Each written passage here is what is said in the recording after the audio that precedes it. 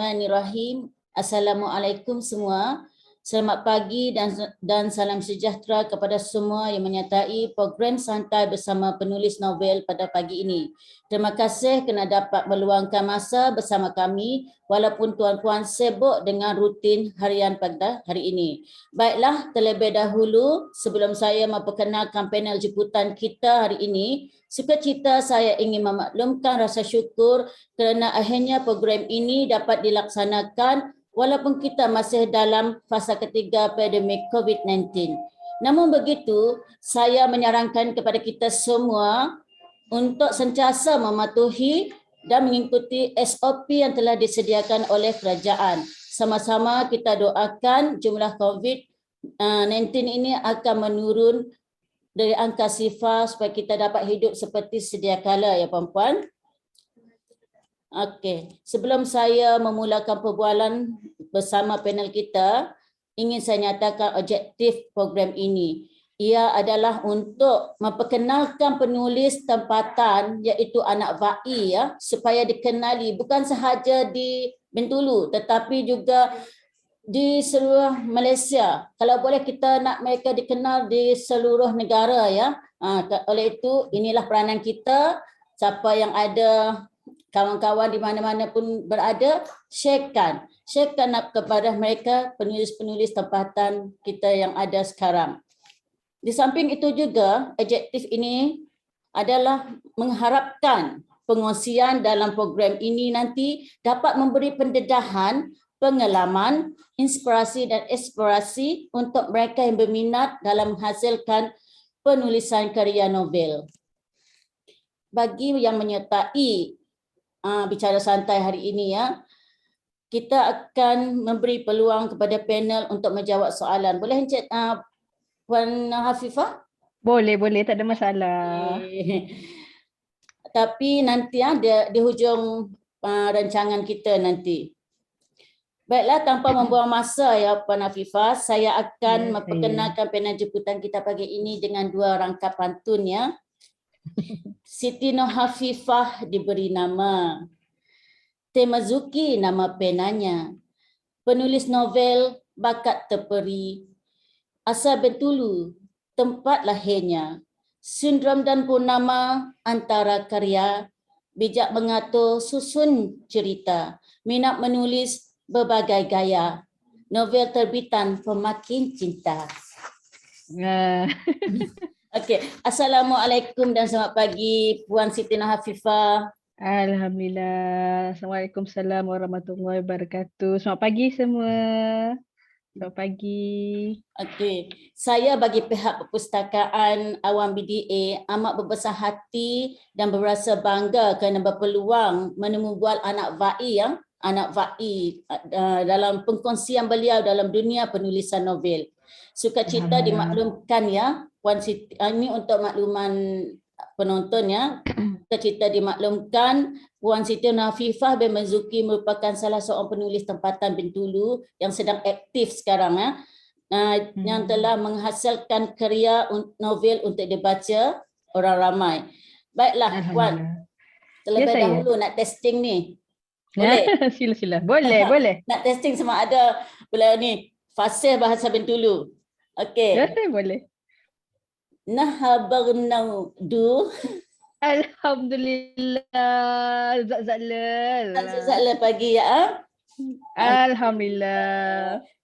Itu dia bagi yang bukan penduduk Bintulu, itulah slang bahasa Bintulu untuk menyanyikan khabar ya. Okey. Terlebih dahulu saya ucapkan terima kasih kepada Puan Siti Noh Hafifah kerana kesediaan menerima jemputan kami pada hari ini.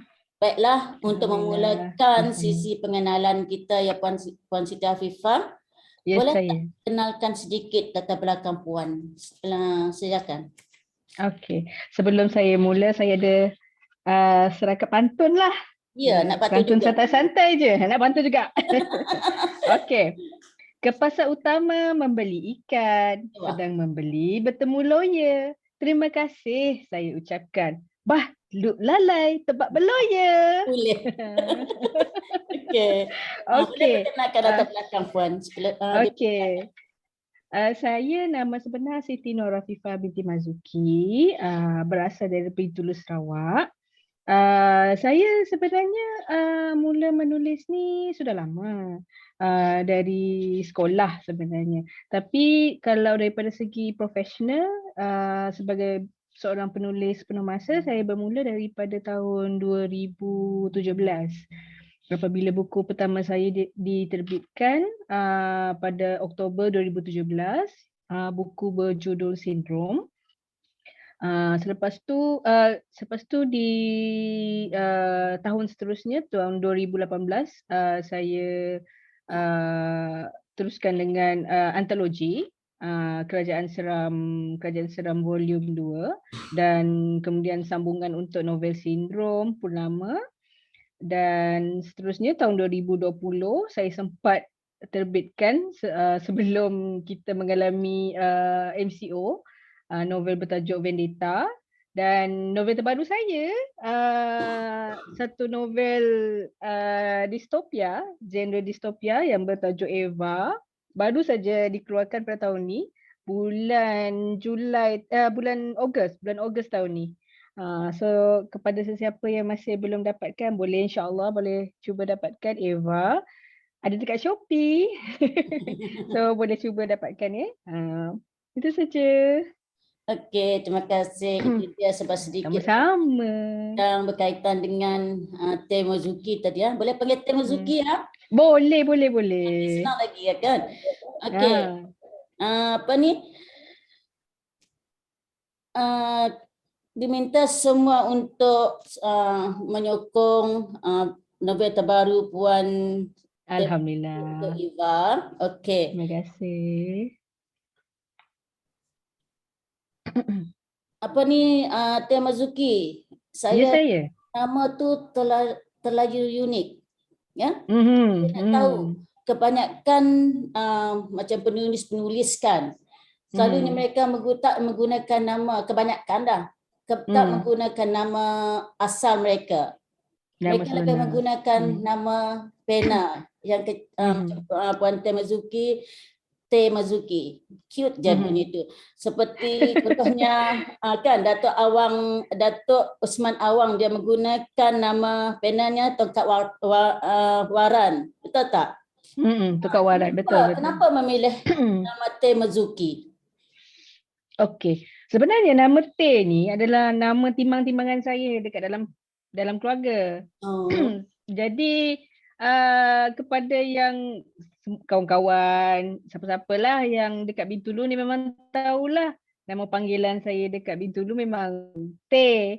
Sebenarnya masa sebelum saya settle dengan nama Teh Mazuki ni, adalah nama yang saya propose, yang saya nak guna. Tapi penerbit dia minta nama yang ringkas dan senang untuk diingat. Jadi saya pun fikir-fikir, sebab masa tu kan kita tak ada pengalaman kan, tak tahu macam mana daripada segi nilai marketing, nilai estetik kata orang kan. Sebab nama ni sebenarnya penting juga sebenarnya. Jadi bila, kalau boleh kan, kalau ikut kata seorang penulis senior saya, nama tu biar senang orang ingat. Mudah untuk orang sebut. Jadi sebabkan tu saya pun pilih nama saya yang menjadi nama timbangan yang semua orang kenal dekat sini, nama Teh Mazuki. Sebab itulah saya guna nama Teh, sebab lebih senang orang ingat. Lagipun nama tu nama timbang-timbangan, nama yang orang-orang yang kenal rapat dengan saya.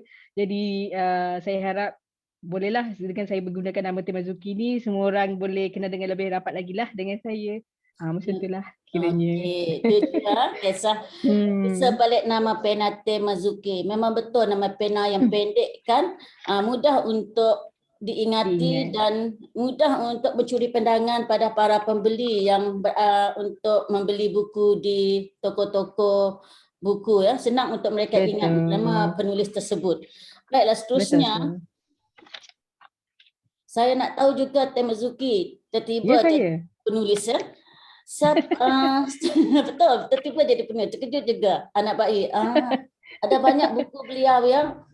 Seperti yang dinatakan tadi, Purnama, Vendetta. Okey. Seterusnya kami ingin tahu bagaimana bermulanya minat menulis dan siapa mentor yang membimbing sehingga menjadi penulis ni?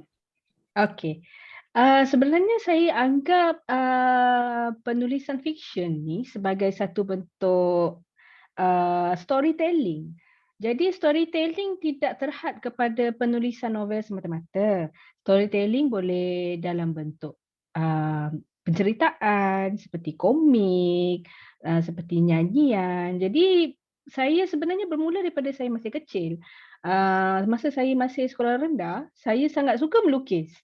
Suka sangat melukis sebab saya memang dah didedahkan daripada masa kecil lagi dengan hobi membaca. Jadi bila membaca tu secara tidak langsung uh, me, apa, menggalakkan otak kita untuk untuk bukan berhayal tapi untuk macam ya betul. Jadi secara tidak langsung kan saya jadi macam banyak cerita dekat dalam kepala. Lebih-lagi masa kita masih kecil kan macam-macam cerita dongeng yang kita dengar. Jadi dari situ saya mula melukis komik. Jadi masa tu alhamdulillah mendapat sambutan kawan-kawan kat kelas. Masa tu lukis komik dekat dalam satu buku latihan saja. Tapi kawan-kawan suka baca. Diorang pun macam apa sambungan cerita komik kau yang minggu lepas nak baca. Jadi diorang pun tertunggu-tunggulah cerita komik tu. Tapi lepas tu jadi macam dah lama lepas tu tak melukis lagi. Tapi sebabkan saya masih lagi minat membaca, sangat suka membaca. Jadi bila masuk tingkatan 2, masa tu cikgu bahasa Inggeris saya dia bagi satu kerja rumah menulis cerita seram tapi dalam bahasa Inggeris. Sebabkan masa tu saya memang sangat suka baca novel Inggeris seram R.L. Stein. Paling suka sangat. Saya ada banyak koleksi masa tu. Jadi saya jadi tak ada masalah nak nak menulis satu cerita tu. Jadi saya jadi seronok sebab dah biasa membaca kan. So bila ada peluang untuk meluahkan apa cerita yang saya rasa yang pernah saya baca tu untuk berkarya, walaupun peluang tu kecil je daripada melalui kerja sekolah, tapi saya rasa seronok sangat. Saya pun tulis panjang ceritanya. Jadi bila sampai beberapa muka surat. Jadi lepas tu bila cikgu bahasa Inggeris baca, dia kata, oh bagus ni. Dia kata sebab selalunya dia baca kalau kerja sekolah kan macam tak adalah tak ada mendata je lah bagi dia katanya. So dia kata macam dia baca ni macam baca cerita seram yang betul-betul cerita seram dia kata. Jadi saya pun seronok bila dapat kata-kata dorongan daripada cikgu bahasa Inggeris saya masa tu. Jadi saya pun macam terdorong nak tulis. Jadi saya pun tulis lagi. Tapi masa tu masih dalam bahasa Inggeris lagi lah. Sampailah saya naik ke tingkatan 4. Masa tu saya kawan teman sekelas saya. Dia ni memang dia pun suka membaca juga. Alhamdulillah saya jumpa kawan yang sama-sama suka membaca. Jadi dia menulis satu cerpen dalam bahasa Melayu. Lepas tu dia bagilah saya dengan kawan-kawan saya yang lain untuk cuba membaca cerpen dia lah. Jadi kita pun baca. Saya pun masa bila baca tu macam wah, bestnya baca cerpen bahasa Melayu ni kan. Jadi macam seronok pula. Jadi saya tanyalah dekat dia macam mana cara menulis, macam mana. Dia kata, oh senang je. Dia kata buat permulaan macam kita buat karangan bahasa Melayu dekat sekolah. Oh okey, terus saya pun tertarik juga. Jadi saya cubalah dekat rumah tulis dekat kertas kajang je mula-mula masa tu. Dia tulis. Lepas tu esok tu saya bagilah pula dekat kawan saya nak baca. Jadi dia bila dia baca tu dia kata, oh best juga ni, dia kata. Nanti dia cakap lah, apa kata kita buat cerita macam ni, bertema macam ni, dia kata. Lepas tu kita tukar-tukar. Jadi kita pun macam jadi satu assignment pula masa tu. Jadi kita pun tulis, masing-masing tulis cerita cerpen macam ni. Lepas tu esok kita saling tukar cerita. Jadi seorang baca cerita yang seorang lagi, seorang baca cerita seorang lagi. Tanpa saya sedari, kawan kelas saya tu, dia hantar cerpen saya kepada cikgu bahasa Melayu saya. Oh. Lepas tu satu hari tu cikgu bahasa Melayu saya panggil saya. Dia kata, saya dapat tahu awak suka tulis cerpen. Dia kata, terkejut jugalah masa tu kan. Macam mana cikgu ni tahu? Lepas tu dia kata, saya ada kawan kelas kamu ni. Dia beritahu cerpen kamu ni bagus. Dia kata, saya pun suka baca. Dia kata, okay. Lepas tu terkejut juga kan. Jadi cikgu bahasa Melayu tu pun kata, apa kata awak tulis, awak bagi saya beberapa buah cerpen. Nanti saya nak cuba baca. Dia kata. Saya pun semangat jugalah masa tu kan. Cikgu nak baca. Tapi nervous juga. Jadi saya tulis 2 buah cerpen. Satu cerpen tu kalau tak silap saya masih ada lagi dekat dalam internet, tapi tak pastilah kat mana tu, boleh saya cuba cari. Dalam cerpen tu, satu cerpen ni tentang kisah remaja lah, kisah remaja zaman sekolah. Adalah diselitkan sikit-sikit cerita-cerita, tapi tak banyak lah sebenarnya. Lepas tu Kenapa satu sedih lagi dia tu? cerita. Lepas tu satu lagi cerita pasal saya sangat suka pasal alam sekitar. Jadi boleh dikata masa saya sekolah dulu salah seorang daripada advocate alam sekitar jugalah.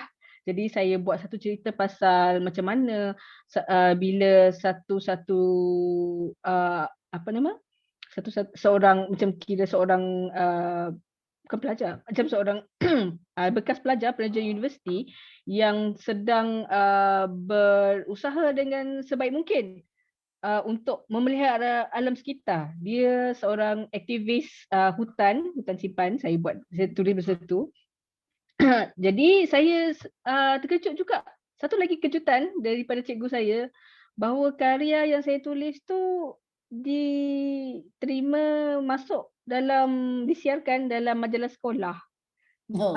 Saya alhamdulillah dapat tempat pertama dengan tempat kedua. Terkejut jugalah masa tu sebab cikgu tak bagi tahu pun. Cikgu just kata dia nak baca.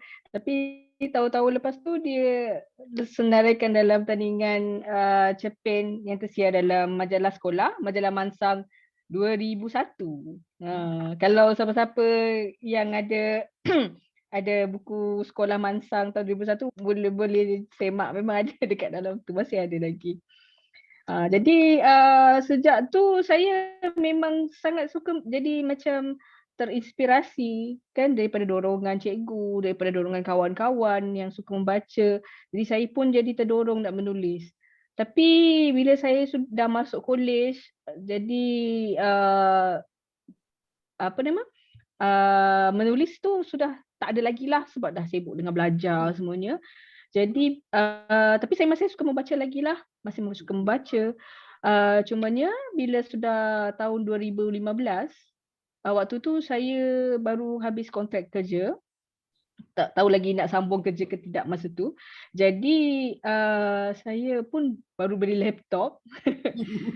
So fikir-fikir kalau nak menulis ni pun best juga ni. Jadi saya pun cubalah menulis kan. Daripada menulis cerpennya tiba-tiba panjang jadi novel. Oh. Dia mula-mula fikir nak buat cerpen saja. Tapi bila lama-lama rasa macam cerita tu ada potensi untuk dikembangkan. Jadi saya pun cuba je lah, alang-alang dah menulis cerpen ni, baik kita kembangkan jadi novel kan. Jadi saya pun masa tu saya memang tak ada ilmu menulis novel. Saya cuma tulis ikut je apa yang saya rasa. Ya betul, saya ikut dan je orang kata kan. Tulis je, tak ada formatnya, tak ada apa-apa semua, memang tak ada ilmu langsung. Saya cuma tulis je semua. Sampailah bila dah betul-betul habis, saya dah jumpa perkataan tamat. Masa tu saya saya approach beberapa orang penulis senior. Kita kalau belajar kita tak boleh malu bertanya kan. Jadi kita pun kenalah beranikan dirilah walaupun segan masa tu. Masih tak ada nama ni, pergi approach penulis senior, takutlah juga. Tapi alhamdulillah penulis senior semuanya baik-baik belaka, alhamdulillah. Jadi mereka pun bagi sedikit tips, nasihat dan panduan macam mana cara buat formatting untuk novel semua. Jadi alhamdulillah lepas tu saya murnikan semula saya punya manuskrip. Jadi alhamdulillah lepas tu diterima untuk diterbitkan menjadi sindrom. Begitulah Itu kisahnya ya Puan Teh. serba sedikit. Ya saya. Baiklah. Jadi kalau nak cerita pasal mentor ni, mentor kalau nak ikut daripada mulanya, saya rasa cikgu bahasa Melayu saya lah. Cikgu saya pun sebenarnya dah lama sangat tak jumpa dia. Rindu lah pula tapi tak ingat pula nama dia. Cikgu Cina sebenarnya. Cikgu Cina. Tak ingat nama? Tak ingat, lama sangat dah tahun 2000 dulu. 21 tahun yang lalu. Wah. Cuma saya ingat macam Cikgu Tan. Saya ingat nama dia Cikgu Tan je. Kalau nama panjangnya saya tak ingat. Cuma ingat Cikgu Tan. Lepas tu penulis, dua penulis yang paling saya suka. Yang bukunya memang saya tak akan miss. Penulis Puan Maria Kajiwa dengan Tuan Ahmad Patria. Dua penulis ni alhamdulillah banyak sangat memberi tips dan juga tunjuk ajar kepada saya macam mana cara menghasilkan karya yang baik, cara menghadapi dunia-dunia penulisan yang sebenarnya tak adalah sunshine and rainbow sangat, adalah juga hujan dan ributnya. Macam itulah. Okey, Puan Teh, Ya bermakna saya. minat mula menulis tu dari rakan. Ya betul, Rakan yang dari kawan. mula-mula kan, lepas tu beralih kepada cikgu. Betul sekali ke cikgu ya.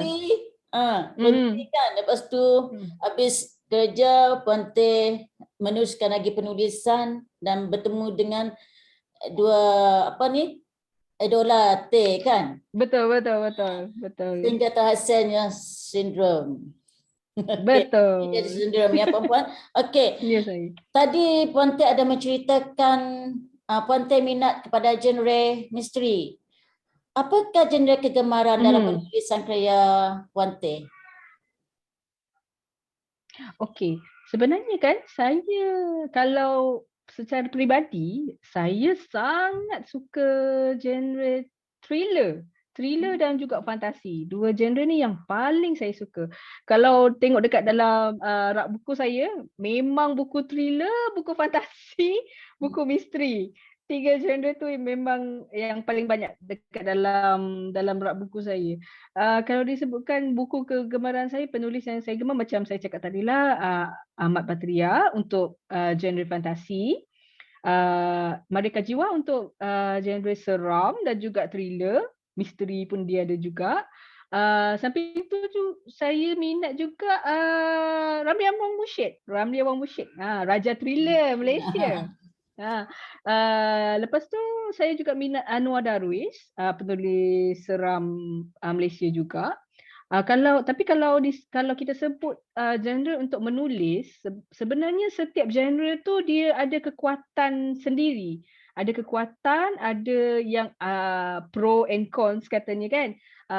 Macam kata kalau genre cinta, memang kata orang genre cinta ni senang, tapi sebenarnya susah nak tulis genre cinta ni sebab konflik ni kalau kita nak bagi seseorang tu tak berhenti membaca, kita kena pandai mengolah konflik yang berbagai-bagai. Jadi sebenarnya kalau nak tulis cerita tu bukan satu cerita yang senang, susah sebenarnya.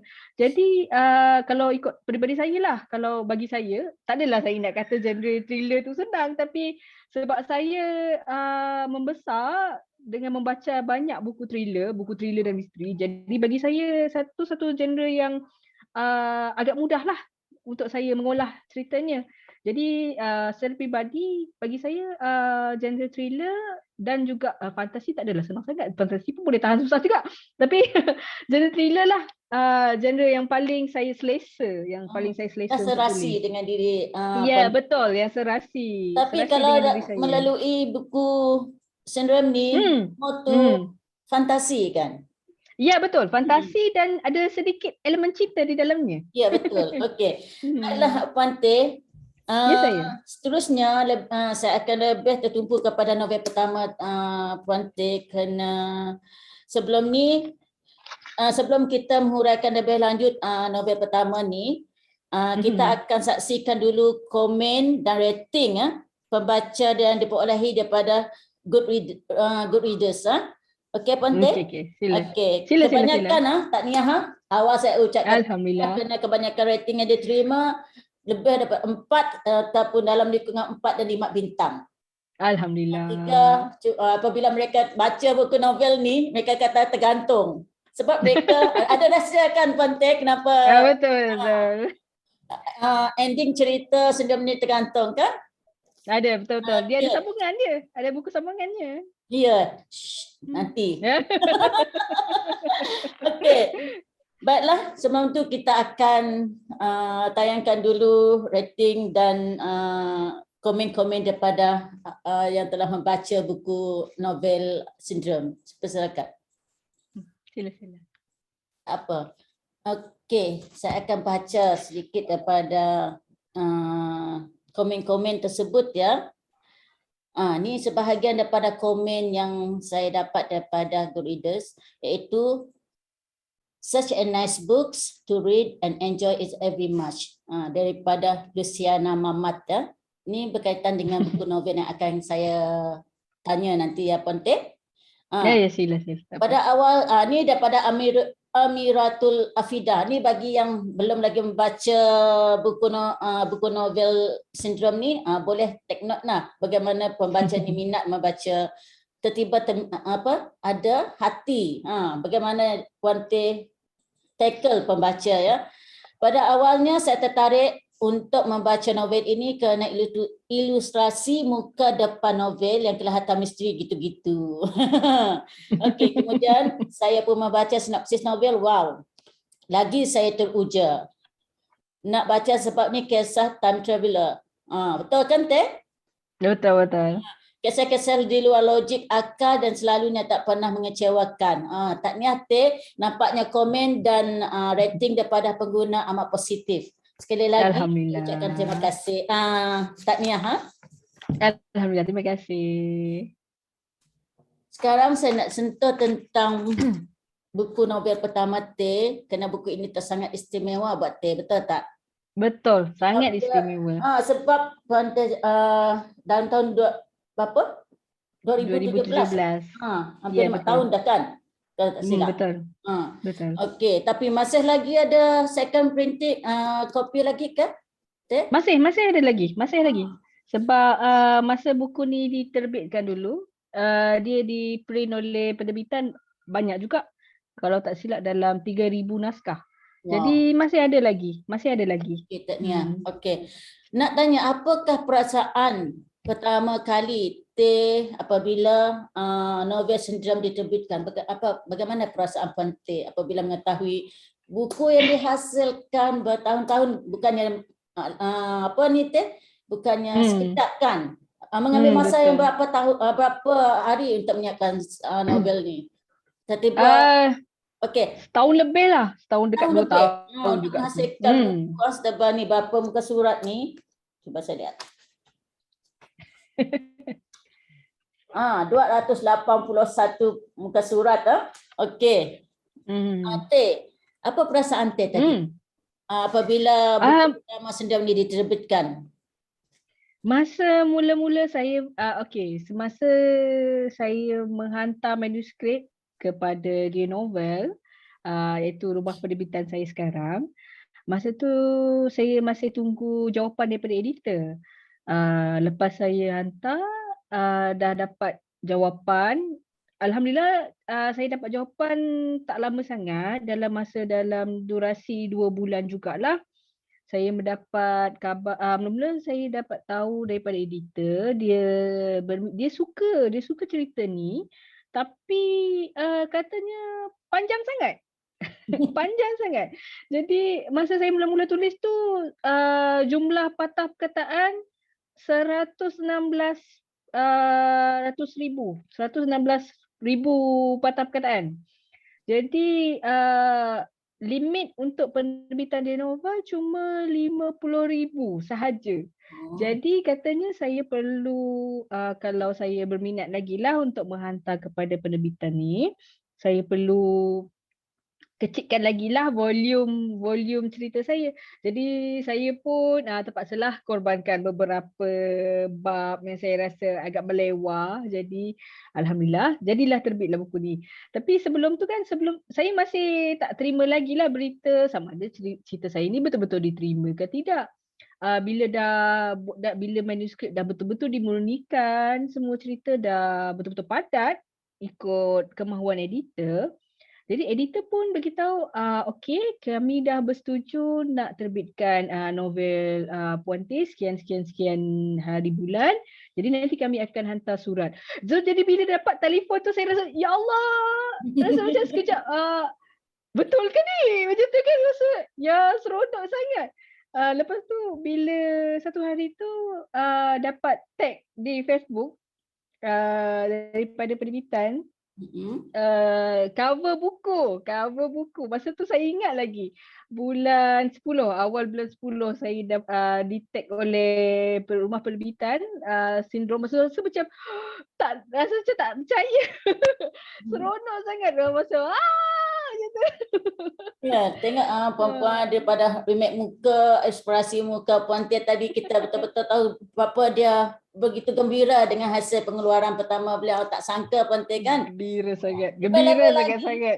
Lebih-lebih lagi kan Puan Tia, bila Puan Tia jalan pergi ke toko-toko buku di Bintulu ni, asal di Bintulu, penulis di Bintulu, ada di toko-toko buku untuk dijual, lebih-lebih lagi kan Puan Tia. Betul. Masa perasaan bila tengok buku sendiri tu dekat rak kedai buku, memang aduhai, orang Sarawak kita sakai kejap. Aduh. Baiklah. Bergambar lagi. Sekali lagi Puan Tia, kenapa memilih perkataan sindrom? Kalau pertama kali ni ikhlas saya cakap.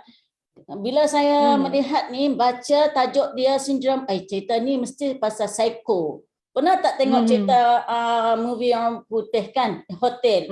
Dia ada sifat baik dan sifat antagonis. Betul. Saya fikir buku ni lebih kepada cerita-cerita yang trailer macam Teh cakap tadi. Kenapa memilih perkataan sindrom? Ianya agak jauh Puan Teh ya, sebab apabila cerita ni totally different, berbeza. Dia seperti yang kita tahu, dia menyelitkan cerita berkaitan dengan seorang gadis daripada dunia moden ke dunia zaman silam. Kenapa sindrom Puan Tia? Okey. Sebenarnya buku sindrom ni tajuk asalnya adalah Laksana Purnama. Tajuk asal dia. Tapi sebabkan masa tu kalau tak silap saya, buku ni dimarket untuk sebagai judul misteri. Jadi nama Laksana Purnama tu terpaksa ditukarkan oleh pihak penerbitan menjadi sindrom. Nama sindrom ni pun sebenarnya daripada pihak penerbitan juga sendiri. Jadi saya pun dapat tahu namanya ditukar setelah mendapat makluman daripada editor. Jadi pada saya sindrom ni pun sebenarnya bermaksud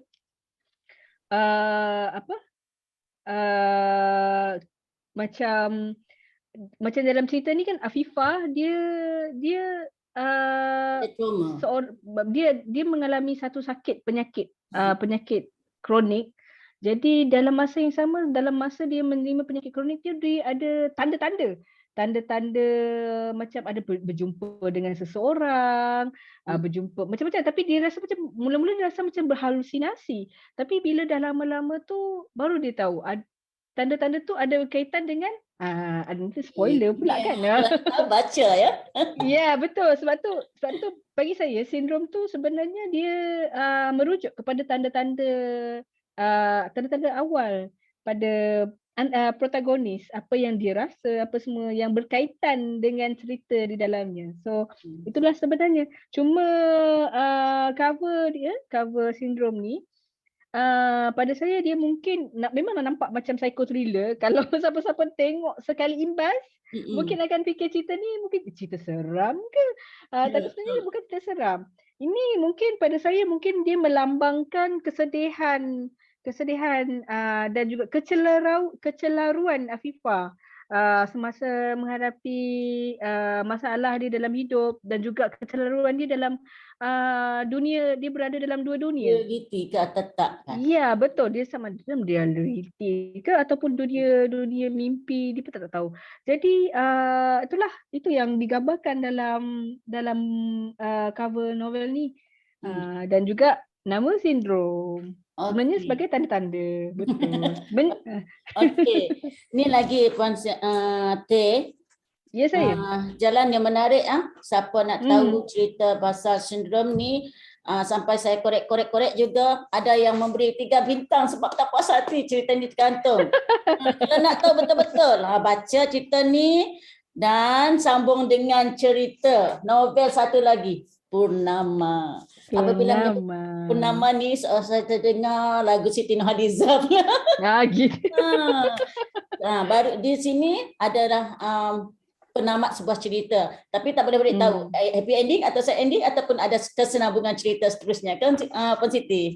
Ya, betul. Okey, baiklah.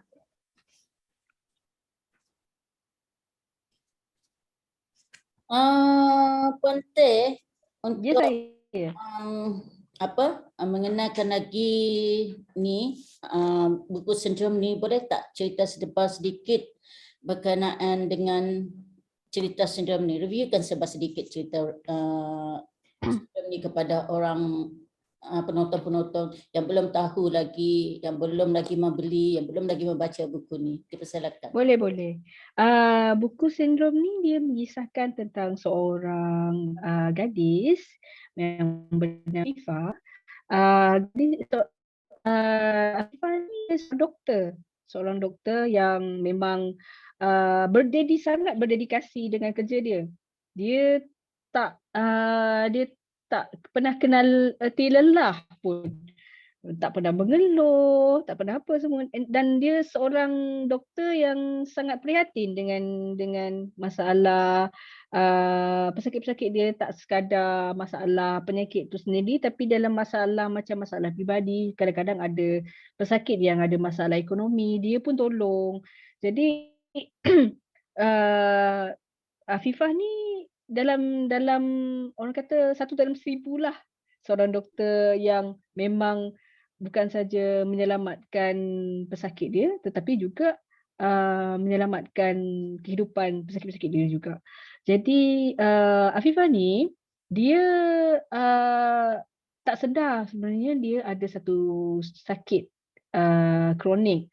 Dia cuma tahu bila satu hari tu dia pengsan. Dan semasa dia sebelum dia pengsan tu, dia ada mengalami beberapa siri mimpi. Dalam mimpi dia ada berjumpa dengan, dia tak nampak pun siapa yang di depan dia, tapi setiap kali dia mimpi, dia akan orang yang dia jumpa tu, bayang yang dia jumpa tu akan kata dia dah lama tunggu Afifah, dia kata macam tu. Jadi dia pun rasa macam kadang-kadang rasa takut dengan mimpi tu sebab mimpi tu berulang. Ini mimpi yang sama. Jadi dia pun jadi macam takut sampai kadang-kadang pun rasa macam takut nak tidur. Jadi dia dibayangi dengan mimpi tu sampailah satu masa dia pengsan dan wallahualam lah. Tapi dalam cerita ni saya tulis roh dia tu, dia dapat tengok keadaan dia yang tengah pingsan, yang tengah cuba diselamatkan oleh teman doktor dia sendiri. Tapi dalam masa yang sama dia berada di satu dimensi, di tengah-tengah di antara alam hidup dan alam yang satu lagi. Jadi masa tu ada datang bayang-bayang yang dulu yang dia selalu tengok dekat dalam mimpi, bayang tu datang, and then bayang-bayang tu kata, "Jom, aku nak bawa kau ke satu tempat." So dia pun rasa macam, mimpi ke aku ni? Tapi dia nak juga pergi ke situ. Sebab dia tengok dekat di sekeliling bayang tu nampak pemandangan yang cantik sangat. Jadi siapalah yang tak tergoda tengok pemandangan cantik, and then tiba-tiba rasa macam tu. So jadi dia pun mula-mula nak pergi situ. Tapi tak boleh sebab ada dinding yang menghalang antara dia dengan dunia tu. Jadi saya bagi spoiler sikit lah. Jadi masa tu sebabkan Afifah ni dia ada mewarisi satu gelang lama daripada mak dia, arwah mak dia. Afifah ni dia anak yatim piatu. Ayah dengan mak dia meninggal semasa sebabkan kemalangan semasa dia masih kecil. Jadi dia ni seorang yang sangat berdikari lah. Dia boleh kata sepanjang hidup dia memang tak pernah bergantung kepada sesiapa. Memang adalah yang membantu dia, tapi dia memang buat sendiri, semua dia usahakan sendiri. Jadi masa dia gelang arwah mak dia tu, masa dia dalam dunia gaib tu, bayang-bayang tu bagi tahu kau hulurkan tangan yang pakai gelang tu, hulurkan tangan. Jadi bila dia hulurkan tangan tu, secara tiba-tiba dia boleh melalui dunia tu sendiri. Lepas tu dalam masa yang sama juga dekat dunia zaman silam ada seorang hero yang nama dia Purnama Nilam. Hero ni dia seorang nak kata dia panglima kepada Sultan Suria, dia tak sultan, dia belum jadi sultan lagi lah, tapi in trending lagi. Jadi dia jadi kira sahabat baik dan juga panglima sebuah negara yang bernama apa nama ni? Alamak, lupa sendiri pula nama negara yang ditulis sendiri. Lepas tu dia Purnama Nilam ni ditemankan Raja Muda dia lah untuk mencari jodoh. Macam cerita Musa Berjanggut juga. Saya ambil inspirasi daripada cerita Musa Berjanggut. Jadi dalam perjalanan, sebenarnya Purnama Nilam ni pun sebenarnya mengalami sindrom yang sama seperti Afifah. Dia masa remaja, dia pun ada mengalami mimpi yang sama. Dia jumpa bayangan yang pun bercakap perkara yang sama macam mana yang Afifah dengar dalam mimpi. Jadi dia pun jadi macam takut jugalah dengan mimpi dia. Dia tak pernah ceritakan mimpi dia dengan siapa-siapa. Sampailah satu malam tu dia ada mimpi yang sama. Lepas tu kawan baik dia lah Baginda Sultan Raja Muda Suria Kencana. Dia tanya kenapa kau macam muram aja kan. Biasalah kalau kita kawan baik, kita tengok muka muram kita pun jadi macam risau kan. Jadi dia pun tanyalah kenapa dia macam ni, macam tak happy, tak gembira, tak ceria macam biasa. Jadi mula-mula tu Purnama Nilam dia tak nak cerita, tapi bila lama-lama Suria Kencana macam desak, dia pun cerita jugalah. Dia beritahu sebelum ni dia ada mimpi lama dah, daripada remaja, dia mula remaja dia ada mimpi macam ni. Lepas tu mula-mula Raja Muda tu beritahu mungkin mimpi tu mainan tidur aje lah. Dia kata tak ada apa-apa lah kot. Jadi bila Purnama Nilam dengar tu, dia pun kata mungkinlah tak ada apa-apa. Jadi lepas tu ditakdirkan Afifah dengan Purnama berjumpa di satu tempat lah. Jadi di situ bermulalah persahabatan Afifah, Purnama Nilam dan juga Suria Kencana. Dan mereka kira macam dalam satu adventure lah mencari jodoh kepada Raja Muda Suria Kencana ni. Dan bila dah bertemu jodoh, jumpa lagi beberapa halangan yang perlu mereka hadapi.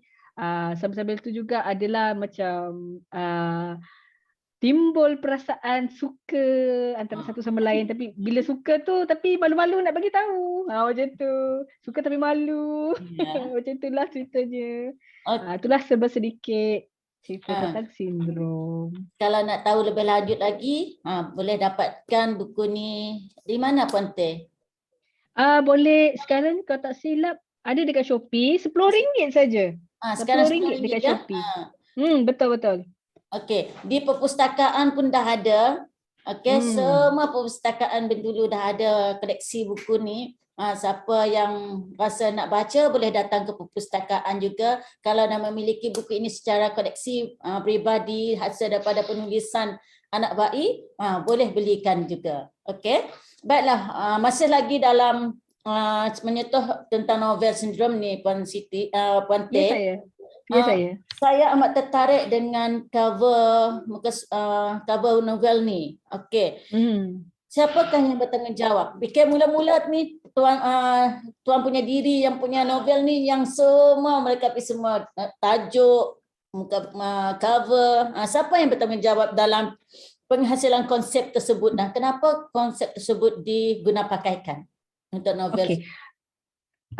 Untuk cover novel sindrom ni sebenarnya daripada pihak penerbitan, daripada pereka grafik dia orang sendiri. Jadi kalau bercerita tentang konsep dia, ikut yang saya ceritakan awal-awal tadi, buku sindrom ni sebenarnya dia dimarketkan untuk genre misteri. Bukan genre fantasi cinta, bukan.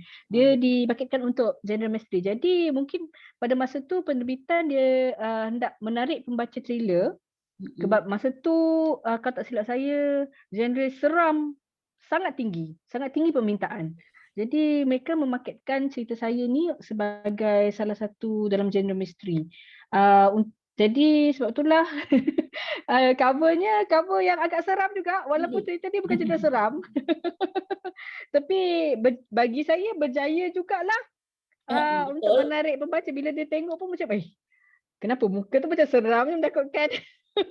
Tapi sebenarnya tak, dia orang kata ni satu ilusi kata orang. Don't judge a book by its cover. Macam tu.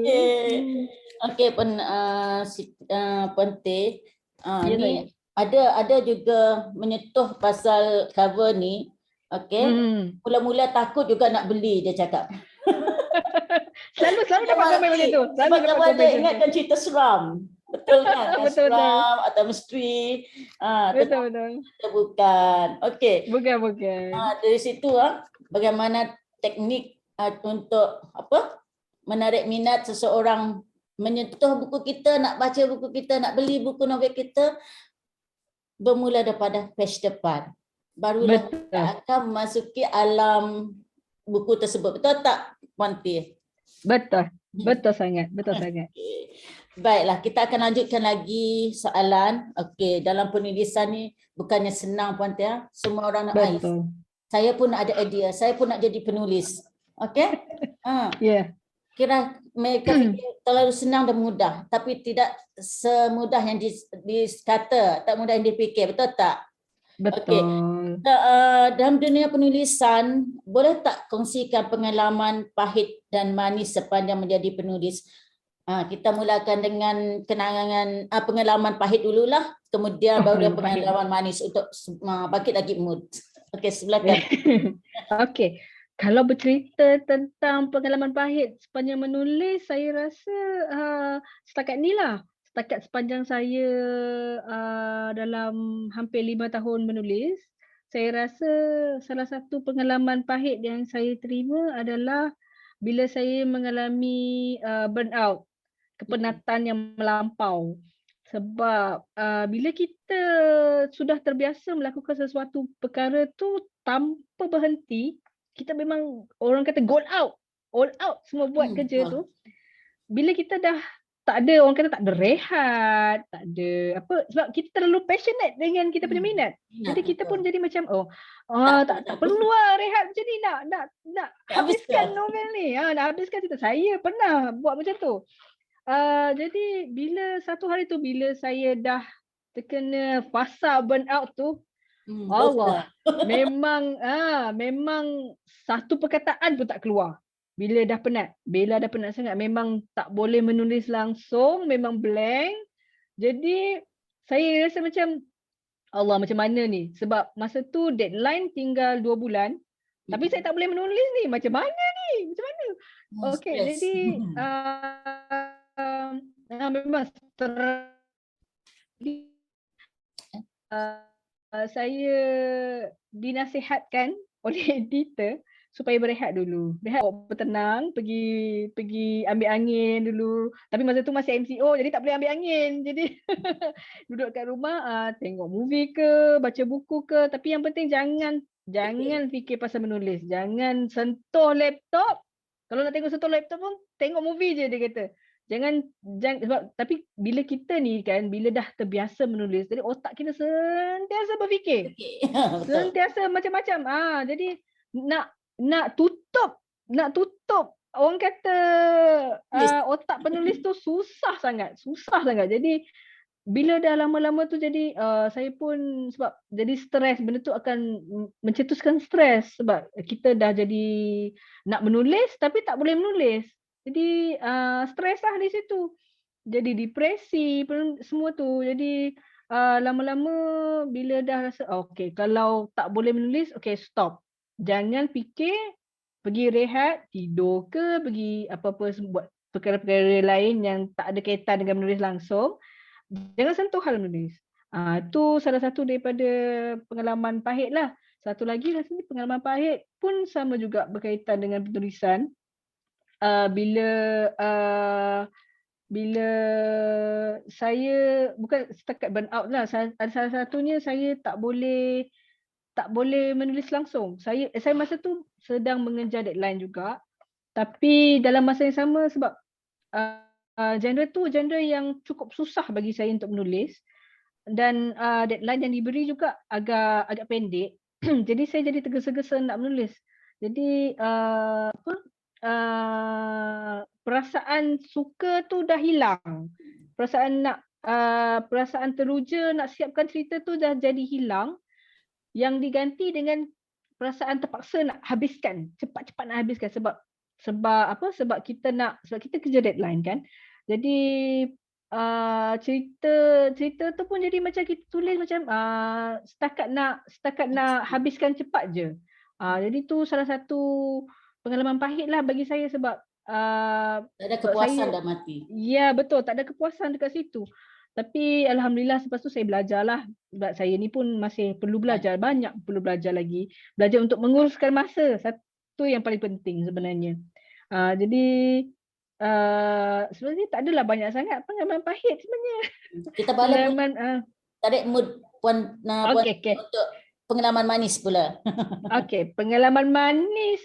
Pengalaman manis salah satu daripadanya masa editor bagi tahu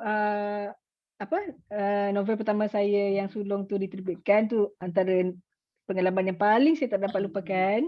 Lepas tu bila orang yang saya tak kenal, yang memang tak kenal, tiba-tiba DM dekat dalam Instagram ataupun Facebook bagi tahu, ni Puan Teh ke? Saya suka sangat baca Sindrom, suka sangat baca Purnama. Dia bagi tahu memang dia teruja sangat-sangat baca buku yang saya tulis. Saya pun rasa macam, dia kata dia, alah rasa macam tak percaya dapat jumpa penulis yang buku yang saya baca. Saya pula saya yang tak percaya bila dapat komen daripada pembaca macam ni. Saya yang hati gembira. So tu antara pengalaman manis lah. Ada salah satu lagi bila buku Eva buku Eva ni yang terbaru tersenarai yang terbaru ni dia tersenarai dalam 10 buku popular di MPH. Wah. Untuk bulan Oktober silap saya. Di 10 terbaik. Alhamdulillah. Untuk MPH online. Okey, Puan Teh, kita teruskan lagi beberapa soalan yang ingin. Itu antara pengalaman yang manis lah. Okey, kita akan kupaskan lagi sebab selain daripada memperkenalkan penulis tempatan, mungkin ada daripada penonton di luar sana yang ingin tahu bagaimana untuk menjadi penulis, ya. Bagaimana mereka ingin mencuburi bidang penulisan. Boleh tak ceritakan pengalaman bagaimana cara untuk menghantar karya kepada pihak penerbitan, dan juga sebutkan sedikit ya Puan Teh, apa prosedur, apa kriteria yang diperlukan jika seseorang tu minat untuk menjadi penulis. Boleh Puan Teh huraikan? Boleh, boleh. Okey, pertama sekali masa kita sebelum kita menghasilkan karya, kita kena buat research dulu. Kita kena research, katakan kita berminat nak tulis genre fantasi. Kita kena research dulu macam mana cara menulis novel fantasi yang baik.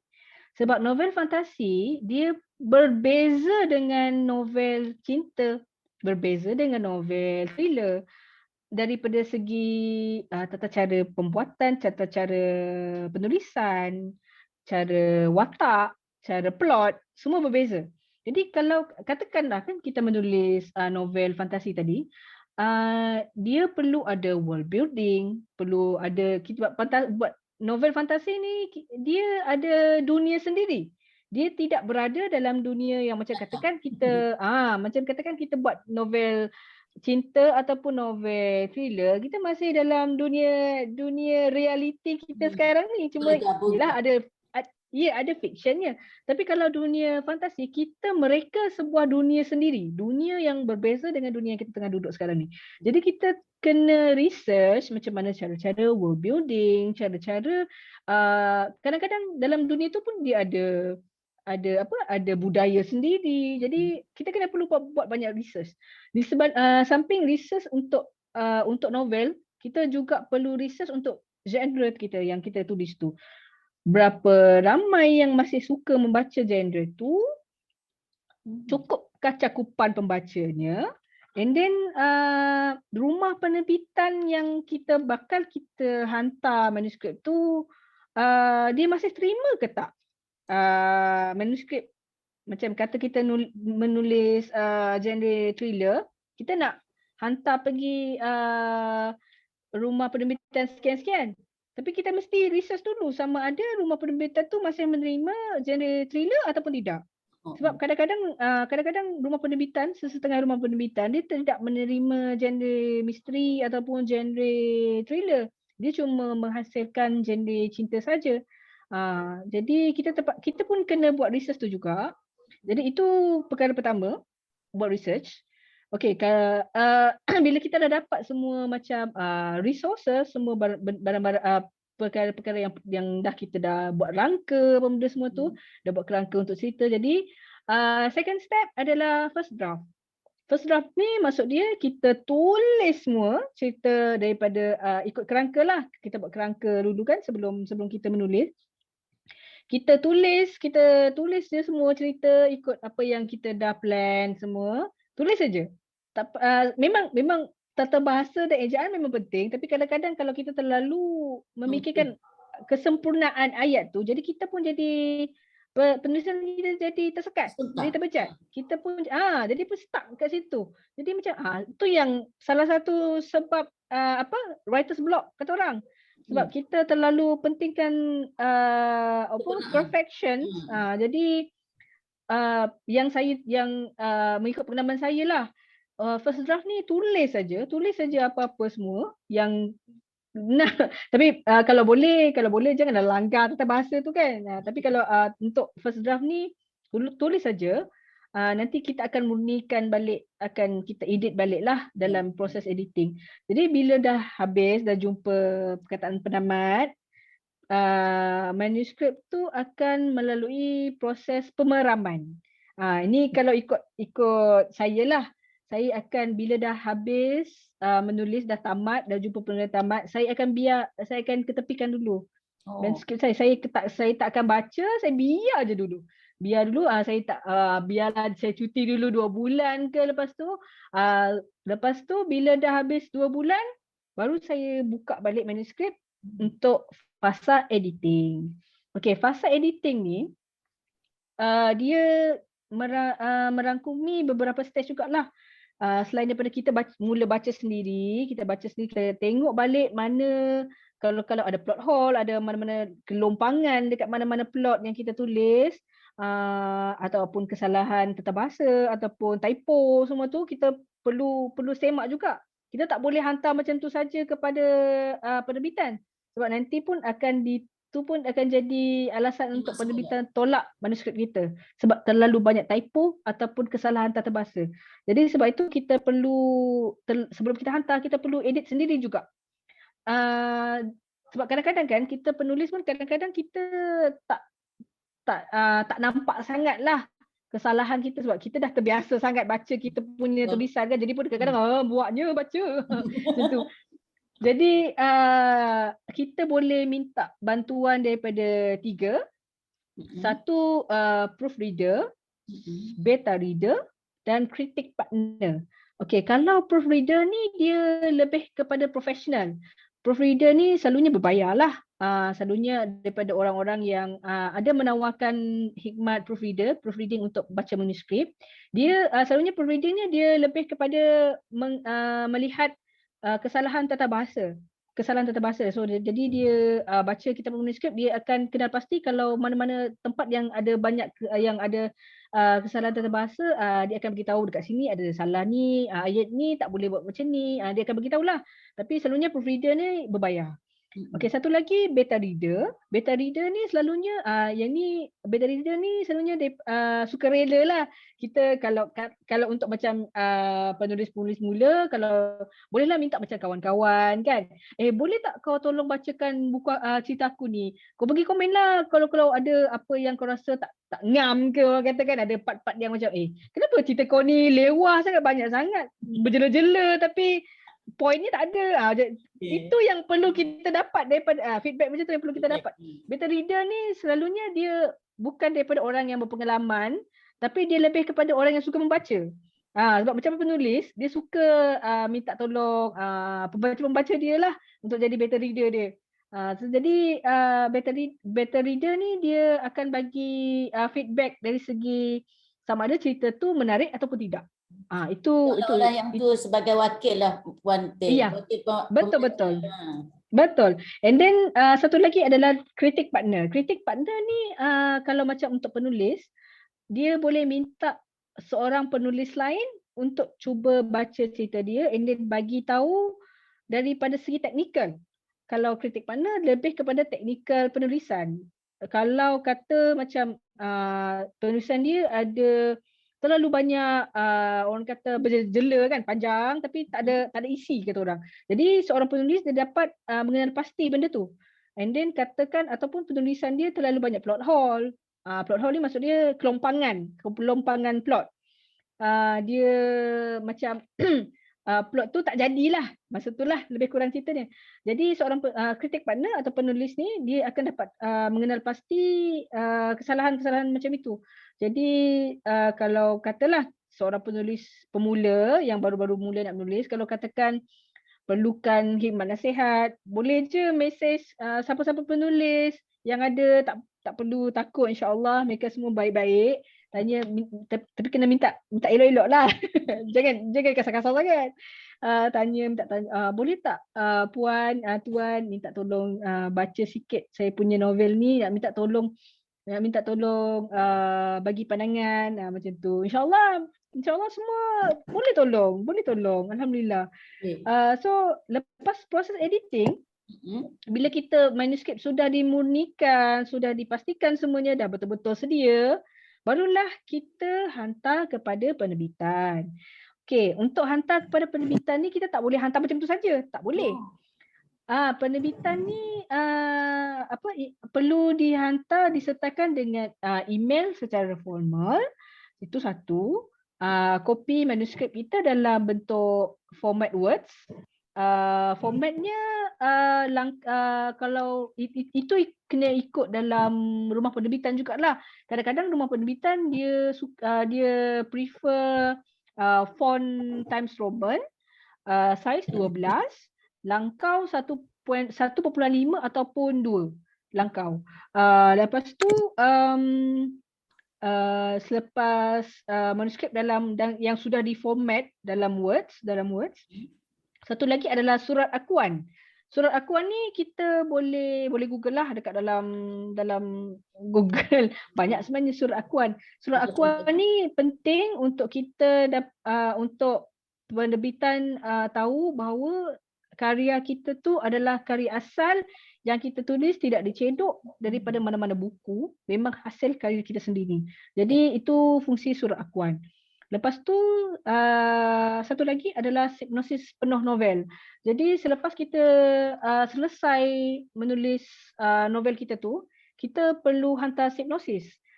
Maksudnya rumusan secara pendek lah dalam 3 sampai 4 muka surat, 4 muka surat paling banyak lah untuk novel kita tu. Kita ceritakanlah secara ringkas semua tentang apa cerita dalam novel kita tu lah. Dalam 3 ke 4 muka surat macam tu.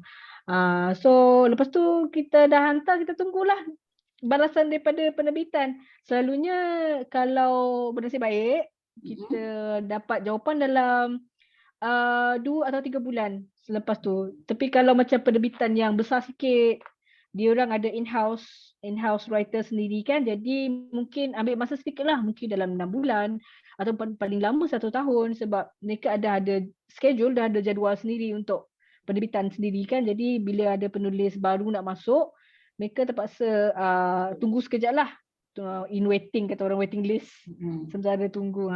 Begitulah kira step by step, tips. Betul, prosedur penulisan bagi saya. Okey, terima kasih Puan Teh kerana sudi Sama-sama. beri sedikit tip sebagai bagaimana untuk menghantar manuskrip puan-puan yang berminat dalam penulisan. Bukan senang, bukan jalan yang mudah, memang panjang dan banyak langkah-langkahnya ya.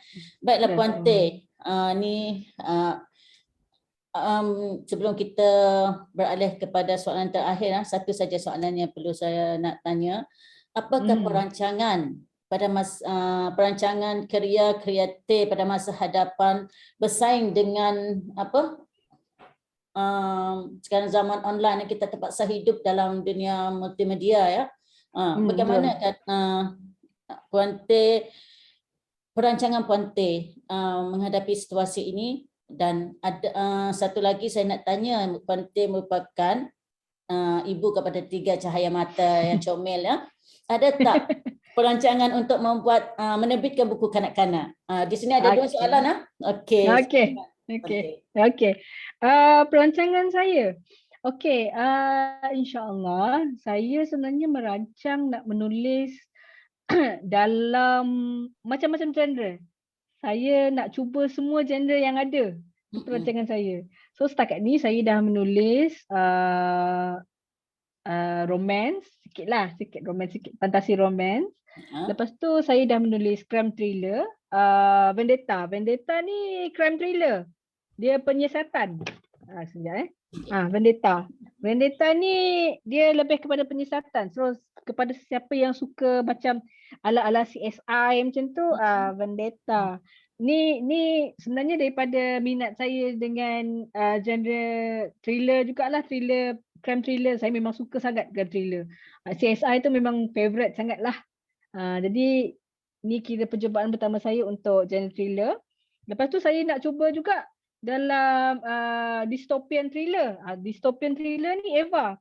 Dystopian ni dia macam cerita alternate, dunia alternate kepada zaman, kira dah zaman hujung-hujung dunia macam tu. Macam ala-ala Walking Dead, ala-ala ada Hunger Game macam tu. Tapi tak adalah, yang ni tak adalah zombinya. Dia macam Walking Dead tapi tak ada zombie macam tu. Macam The Fifth Wave macam tu. Tapi insya-Allah sebenarnya cerita ni ada sambungan dia lagi. Tapi insya-Allah lah dalam pembikinan. Jadi projek saya seterusnya, saya sedang menulis science fiction. Science fiction remaja, genre science fiction untuk DBP. Masih dalam proses penukangan lagi. InsyaAllah kalau tak ada aram lintang, tahun depan mungkin akan diterbitkan. InsyaAllah, doakan, amin. Lepas tu bulan 11 saya ada ikut satu NaNoWriMo Challenge. NaNoWriMo ni dia National Writing Novel Month. Setiap tahun pada bulan November, seluruh penulis satu dunia dia akan buat challenge ni, menulis novel dalam masa 30 hari sebanyak 50,000 patah perkataan. Jadi saya alhamdulillah dapat menang challenge tu. Dah berjaya habiskan, tapi lebih daripada 50,000 lah. jadi novel yang saya dah buat tu, dah tulis tu genre fantasi juga. Okey, saya bagi spoiler sikit, dia ala-ala Harry Potter, tapi latar belakang kita Nusantara. Cuba boleh bayangkan tak Harry Potter Nusantara macam mana? Itulah, tapi insya-Allah saya masih peram lagi, masih dalam proses peram. Jadi sebab mungkin tahun depan mungkin ada banyak lagi projek-projek akan datang. Saya masih ada hutang lagi satu dengan penerbitan genre romance action. Boleh Romance nak cuba action. baca nanti ya, Puante. InsyaAllah boleh. Kalau deadline dia dalam bulan 3, jadi dalam somewhere bulan 6 atau bulan 7 nantilah kalau diterima untuk diterbitkan. InsyaAllah. Tapi tajuk Jadi belum tahu itu lagi ya. tajuk belum tahu lagi. Jadi itu perancangan untuk karya-karya saya pada Tahun masa depan. akan datang lah. Yes, betul. Bagaimana Dan- tadi apa perancangan bagi bersaing dengan zaman sekarang sama multimedia macam mana? Tu salah satu cabaran juga untuk kita ni, terutama penulis penulis buku fizikal, sebab sekarang ni generasi muda memang suka tengok telefon kan, lebih daripada membaca. Tapi sebenarnya kalau kita tengok remaja sekarang masih suka membaca sebenarnya. Cuma yelah kita kena pandai mengolah cerita yang boleh menarik perhatian mereka. Sebab tu salah satunya yang macam saya cakap awal-awal tadi, kita kena buat research. Kita kena buat research cerita macam mana yang generasi sekarang ni lebih tertarik. Oh ya. Betul. Okay. Sebab tu Ya. Sebab tu masa kita macam kalau lah penulis ni dia kena rajin sikit. Tengok-tengok macam budak-budak remaja sekarang ni dia suka tengok cerita apa. Macam sekarang saya tengok dia remaja-remaja dia suka cerita macam Shadow and Bones. Macam cerita dekat Netflix tu, ataupun cerita Korea yang bertemakan cerita cinta macam Hometown Cha-Cha-Cha. Macam tu. Dia and then ataupun cerita ala-ala fantasi, ala-ala zombie apocalypse macam tu, macam cerita happiness. Banyak remaja suka cerita macam tu. Jadi kita boleh buat satu research ikut permintaan penonton. Kita boleh tulis cerita ikut selera mereka, apa yang mereka suka tengok. Dari situlah. Jadi itu secara tidak langsung kita boleh cater bahan bacaan kepada semua dekat luar. Macam itulah cara dia. Okey. Selain daripada macam okey. Sila. Okay. Tadi kan saya ada sentuh pasal penerbitan buku kanak-kanak seperti ya betul. yang ada sekarang seperti Sang Kencil, Pak Pandi. Ada dalam perancangan Puante? Ada. Sebenarnya saya ada menulis satu cerita kanak-kanak, cerita dongeng Sarawak. Obviously. Cerita dongeng tentang burung kenyalang.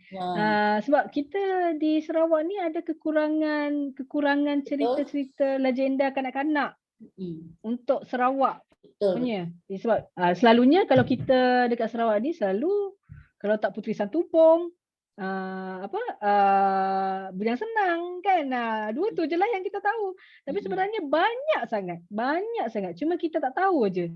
Jadi sebab itulah saya bercita-cita, insya-Allah kalau ada rezeki, saya kalau tak ada rumah penerbitan nak buat, mungkin saya boleh buat publish sendiri, terbitkan sendiri. Tapi insya-Allah lah belum ada perancangan, cuma belum ada masa lagi lah nak cari pelukis dia lagi. InsyaAllah kalau ada rezeki saya akan buat. Memang ada perancangan untuk buat buku kanak-kanak. Dah siap dah pun sebenarnya, cuma tak diterbitkan lagi. Okey, soalan terakhir Puante. Ya saya, sila. Tak rasa jam dah hampir sejam dah ya. Seronok dengar. Lebih-lebih lagi perancangan-perancangan yang Puante telah nyatakan tadi. Okey Puante, apa nasihat kepada penonton di luar sana yang berminat dalam penulisan, nasihat kepada Puan. Tadi Puan Teh telah menerangkan prosedur dia.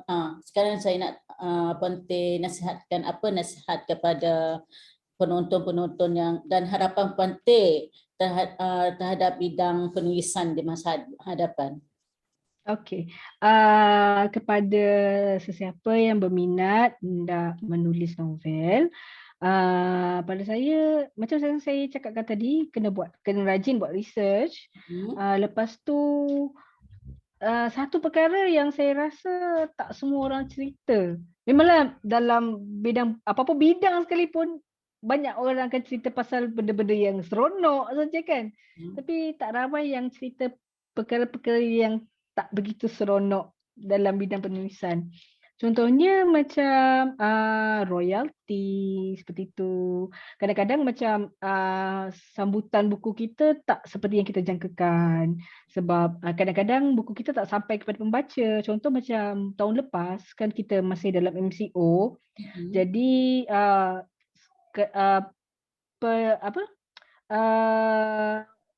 buku kita tak sampai. Buku kita tak sampai kepada pembaca sebab kebanyakan rumah penulisan pun banyak yang dah tutup. Macam MPH pun dah banyak yang tutup.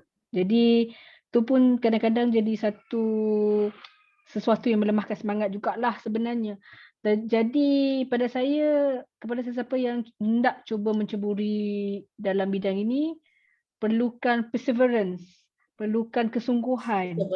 Bukan, ya betul. Bukan setakat kita rasa macam bila dah menulis ni, tapi bila menghadapi masa yang sukar kita pun jadi macam alah malas lah nak tulis macam ni, susah lah macam ni. Tak boleh macam tu. Kalau betul-betul kita berminat dengan sesuatu, kita kena bersungguh-sungguh.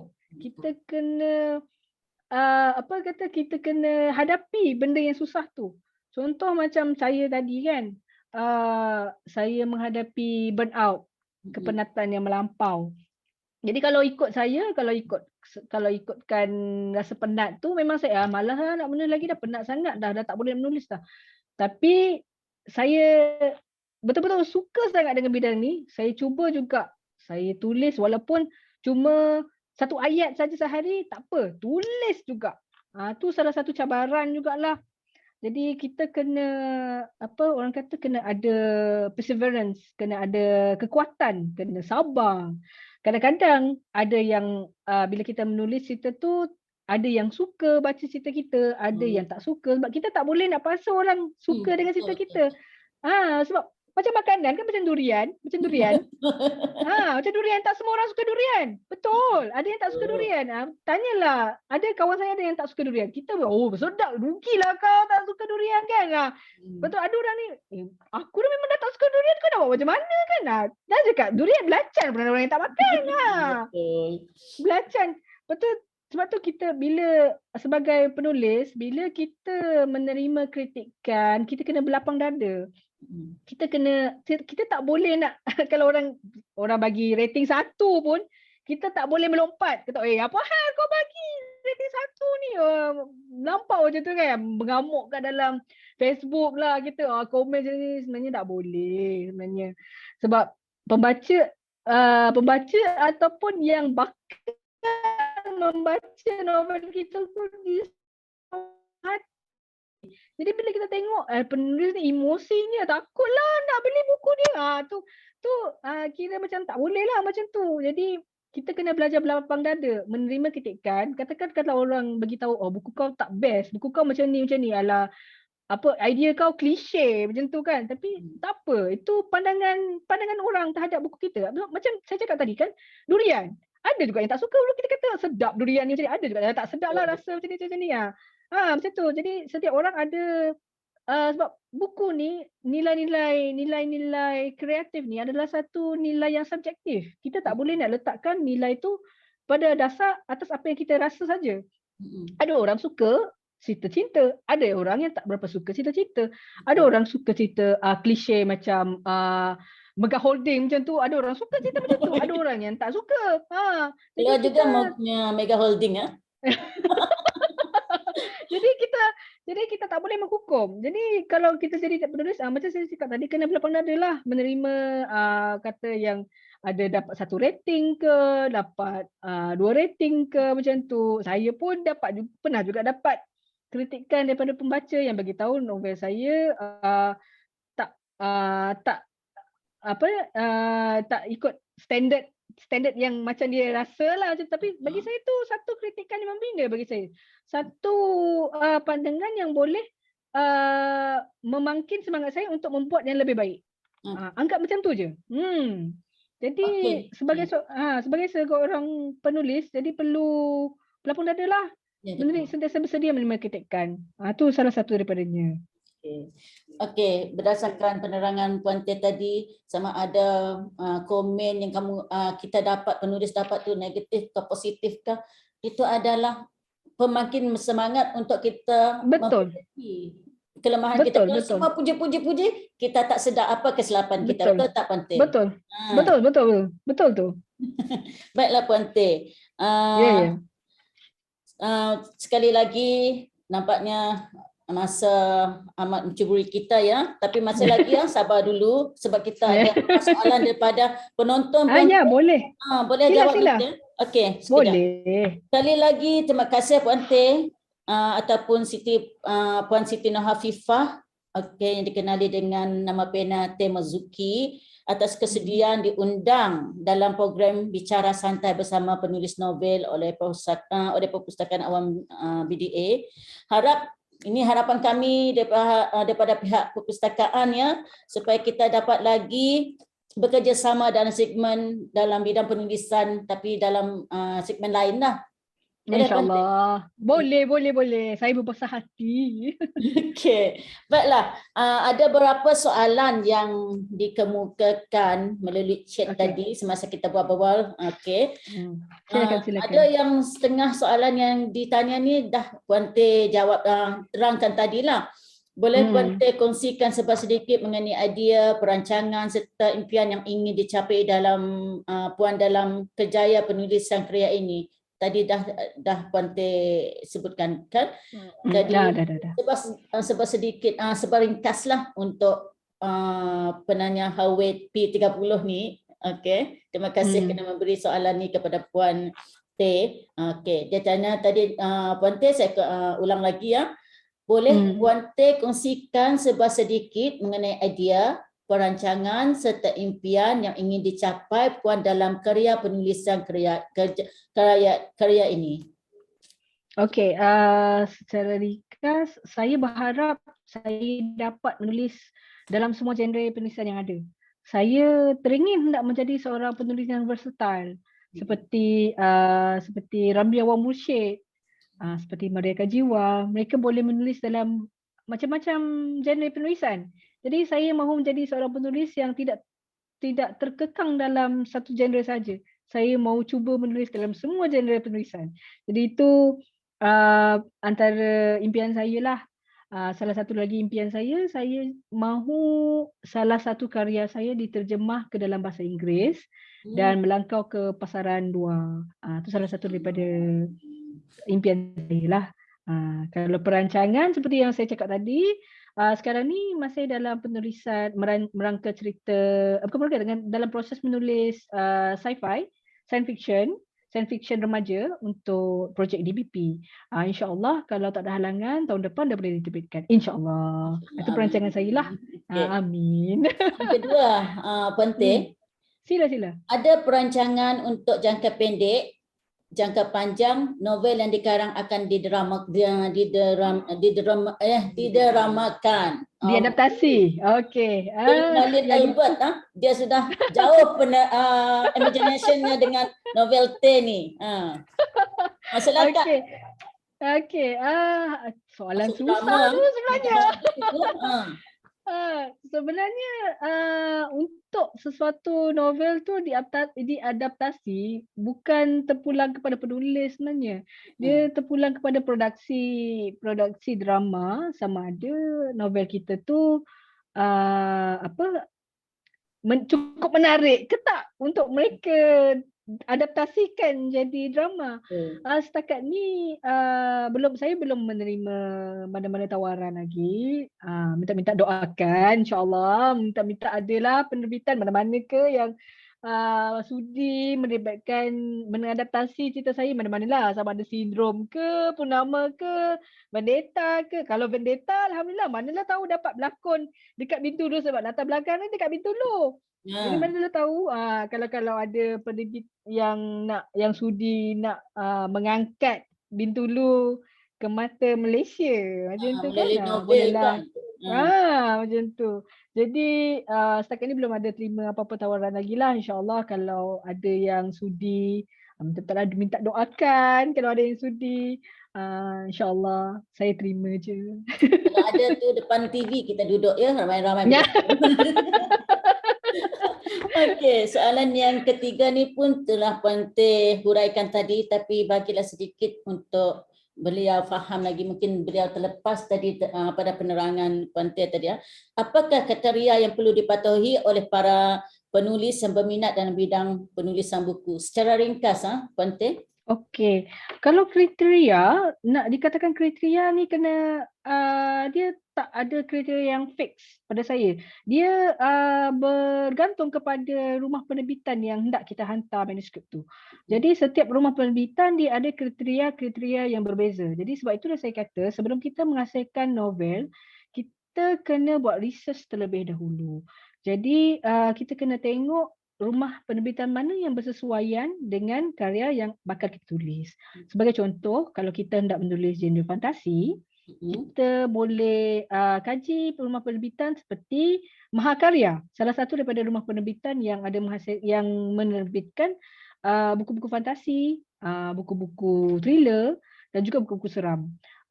Rumah penerbitan ni sebenarnya masih baru lagi, kalau tak salah dalam 2 tahun lepas baru muncul. Jadi kalau nak menulis novel cinta, novel cinta ni banyak sikit rumah penerbitan dia. Jadi kalau kalau novel cinta, salah satu daripadanya kita kena kriteria-kriterianya selain daripada format yang seperti saya cakap tadi lah, lain rumah penerbitan, lain formatnya, ada yang tapi kebiasaannya sama ada dalam Times New Roman, font 12, langkau 1.5 ataupun 2.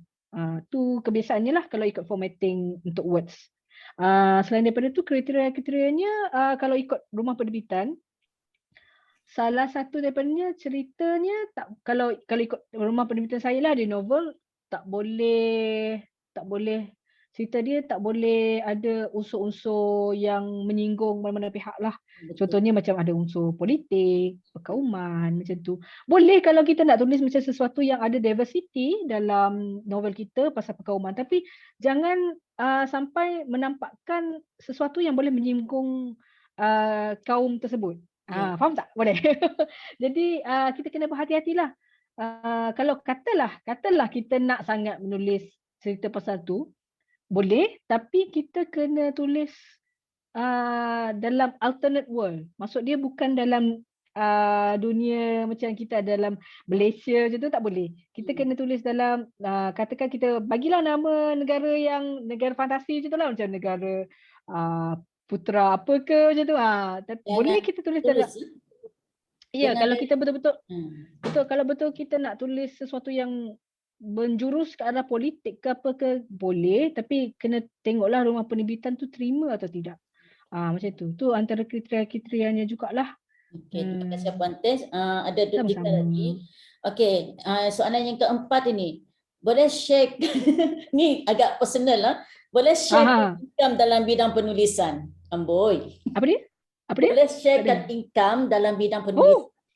Kaya kamu. Aduh, kalau kaya ni tak adalah. Dah pindah tak duduk Bintulu lah. Sabar Puan Teh, sabar. Okey Puan Teh. Pertanyaan ni dari Muhammad Daud yang menyertai kita hari ini. Okey. Okey, kalau bercakap pasal income ni sebenarnya kalau untuk bagi saya, kalau saya setiap novel yang saya tulis, saya mendapat komisen dalam 10% Jadi katakan novel saya, katakan Sindrom ni, Sindrom harga asal dia RM24. Jadi saya mendapat komisen RM2.40 untuk setiap buku yang dijual. Katakan saya buku Sindrom ni terjual dalam 2,000 unit.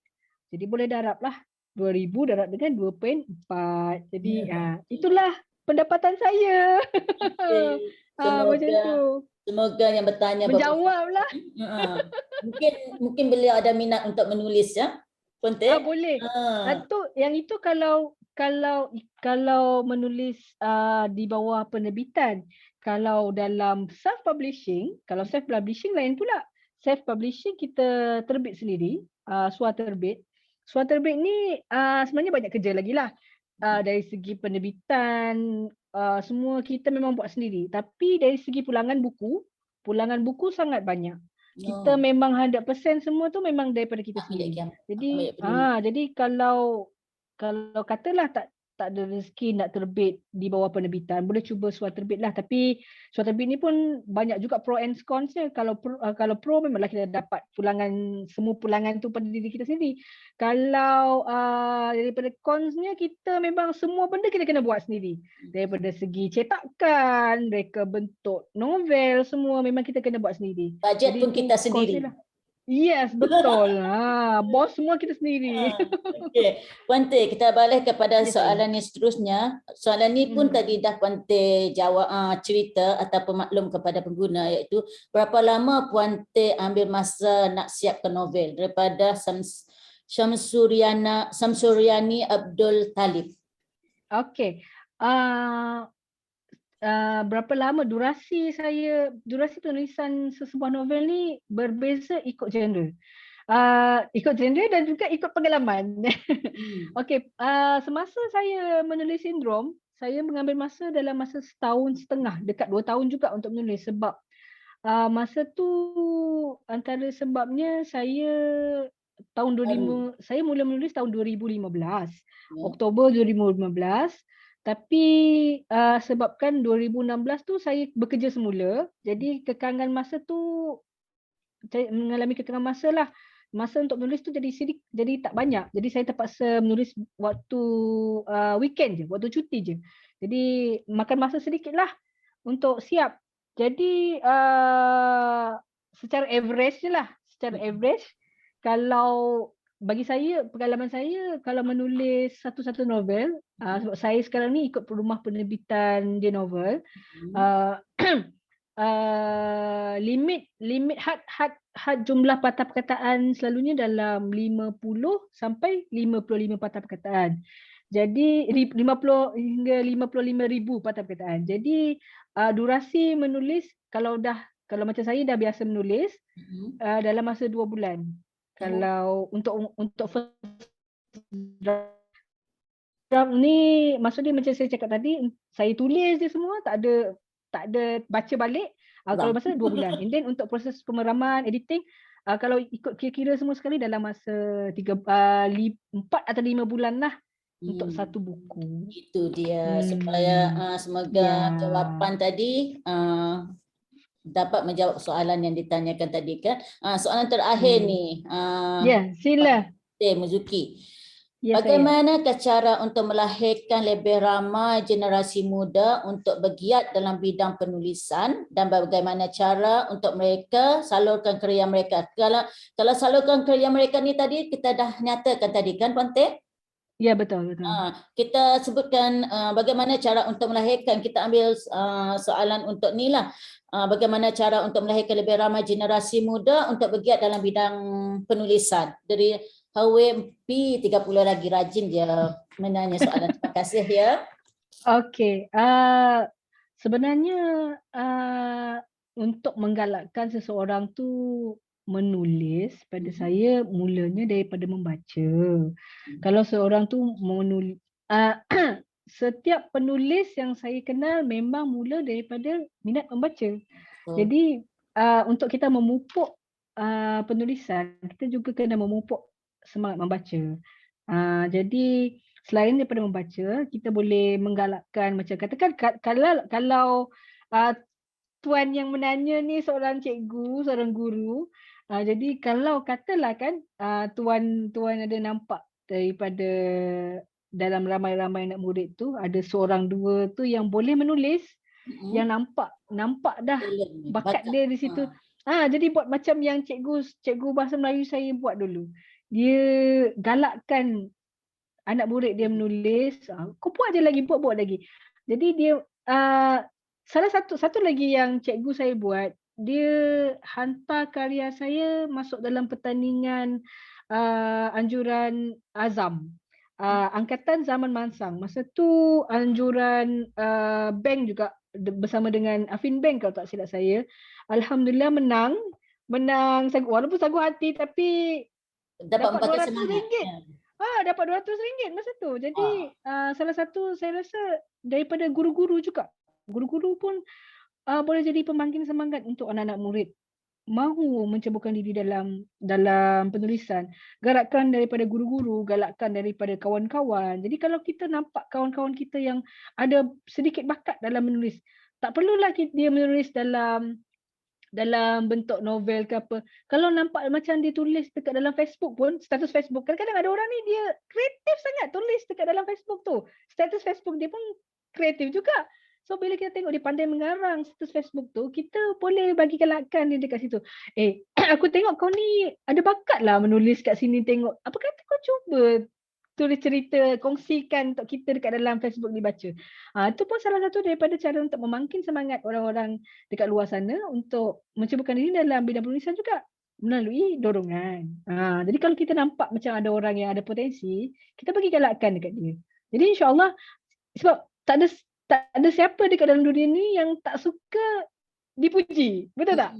Jadi bila kita mendapat pujian, mendapat galakan, secara tidak langsung kita pun rasa macam bersemangat nak buat. Terus lagi buat. Terus nak buat. Jadi itu salah satu daripada cara dia lah. Okey. Harap menjawab. Okey, terima kasih Puan Teh panjang lebar. Sama-sama. Perangan daripada Puan Teh untuk cara melahirkan lebih ramai generasi yang ingin meminati bidang penulisan. Okey. Baiklah. Sekali lagi Puan Teh. Hello. Ya, saya. Dengar tak? Sorry ada gangguan tadi. Okey. Baiklah, sekali lagi saya ucapkan terima kasih kepada penonton yang menyertai program Bicara Santai ini dan sama-sama kita doakan semoga saudari Teh akan terus berkarya dan mengeluarkan buku-buku novel yang banyak memberi pengajaran dan nilai-nilai murni dalam penulisan beliau. Suka saya memetik kata-kata dari Puan Teh yang saya kutip daripada FB beliau. Skoding sikit Puan Teh. Skoding. Taklah skoding. Okey. Penulis, okey. Sorry Puan Teh, skoding. Tak apa. Skoding boleh. Nak cari maklumat kita perlu. Itulah salah satu cara kan Puan Teh? Betul. Okey.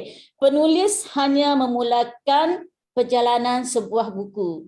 Pembacalah yang menamatkan penggembaraannya. Dalam maksud tersebut ya Puan Teh. Betul. Dalam oleh itu kepada penonton-penonton sekian supaya kita tidak menamatkan pengembaraan seseorang penulis, kita beri sokongan kepada mereka, beri sokongan kepada para penulis novel dan jangan lupa juga terus memberi sokongan kepada penulis tempatan terutamanya penulis VAI ya, penulis Bintulu ni. Okey, supaya dikenali ramai ya. Okey. Dengan salah satu caranya program ni sharekan kepada kawan-kawan kita di mana juga mereka berada. Insya-Allah. Insya-Allah. Apa yang kita objektif kita pagi ini akan tercapai ya Puan Teh. InsyaAllah. Tadi saya mulakan dengan pantun, penutupnya juga saya akan memberi 2 rakaat pantun untuk Puan Teh ya. Boleh? Boleh. Silakan. Okey. Idea dan pena dipisah jangan. Mengadun cerita saling berkaitan. Jom bersama memberi sokongan, membeli novel karya tempatan. Penerima penerbit baru terbaik antara anugerah yang dicapai. Sekalung takniah buat cik adik, terus melangkah maju, karya digapai. Assalamualaikum. Terima kasih. Waalaikumsalam warahmatullahi. Okey, terima kasih semua. semua. Terima kasih. Terima kasih semua dia. Terima kasih.